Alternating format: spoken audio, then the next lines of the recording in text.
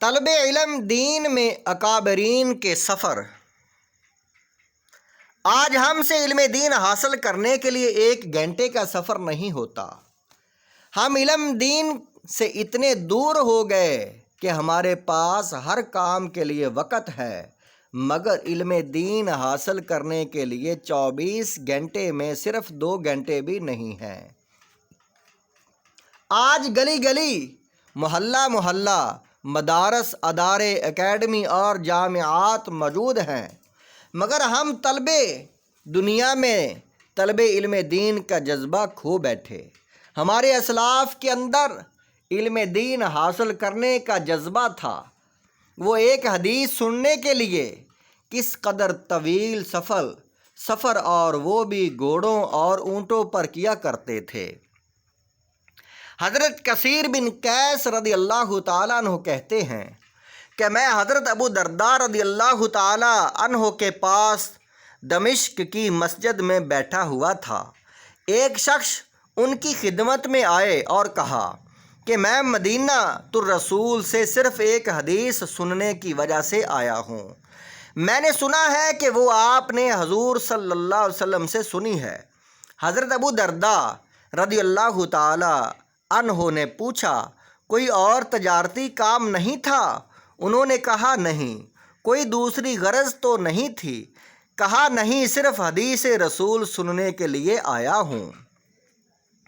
حضرت ابو درداء رضی اللہ تعالیٰ عنہ نے فرمایا، میں نے آقا کریم صلی اللہ علیہ وسلم سے سنا ہے کہ جو شخص کوئی راستہ علم حاصل کرنے کے لیے چلتا ہے، حق تعالیٰ اس کے لیے جنت کا راستہ آسان کر دے گا، اور فرشتے طالب علم کی خوشنودی کے لیے اپنے پروں کو بچھا دیتے ہیں، اور طالب علم کے لیے آسمان و زمین کے رہنے والے استغفار کرتے ہیں، حتیٰ کہ مچھلیاں جو پانی میں رہتی ہیں وہ بھی استغفار کرتی ہیں۔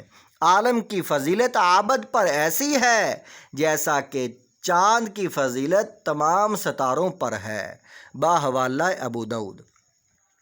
حضرت ابو ہریرہ رضی اللہ تعالیٰ عنہ نے اتنی کثرت سے حدیثیں نقل کی ہیں کہ کسی دوسرے صحابی سے اتنی زیادہ نقل کی ہوئی حدیثیں نہیں۔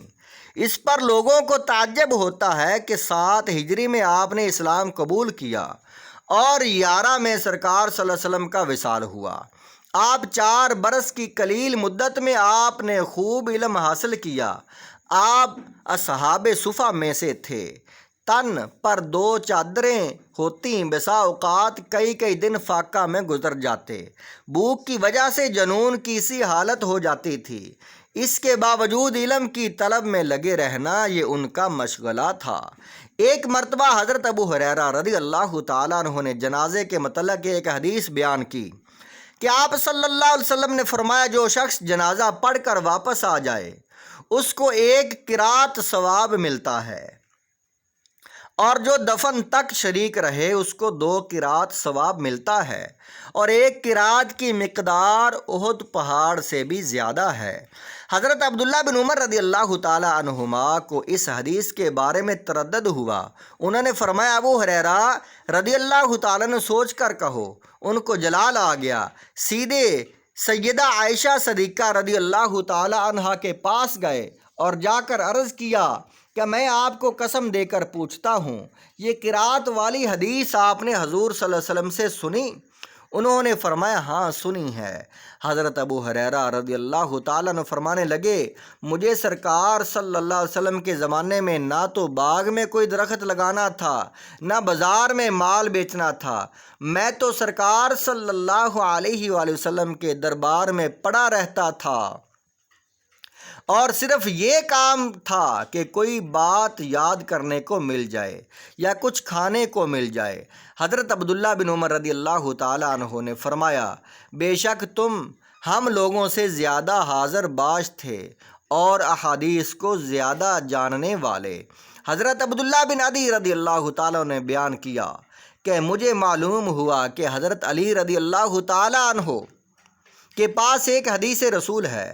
مجھے خوف ہوا کہ اگر مولا علی رضی اللہ تعالیٰ عنہ کا وصال ہو گیا تو وہ حدیث مجھے کسی اور سے نہ ملے گی، لہٰذا میں سفر کر کے عراق کے شہر کوفہ پہنچتا کہ وہ حدیث سن لوں۔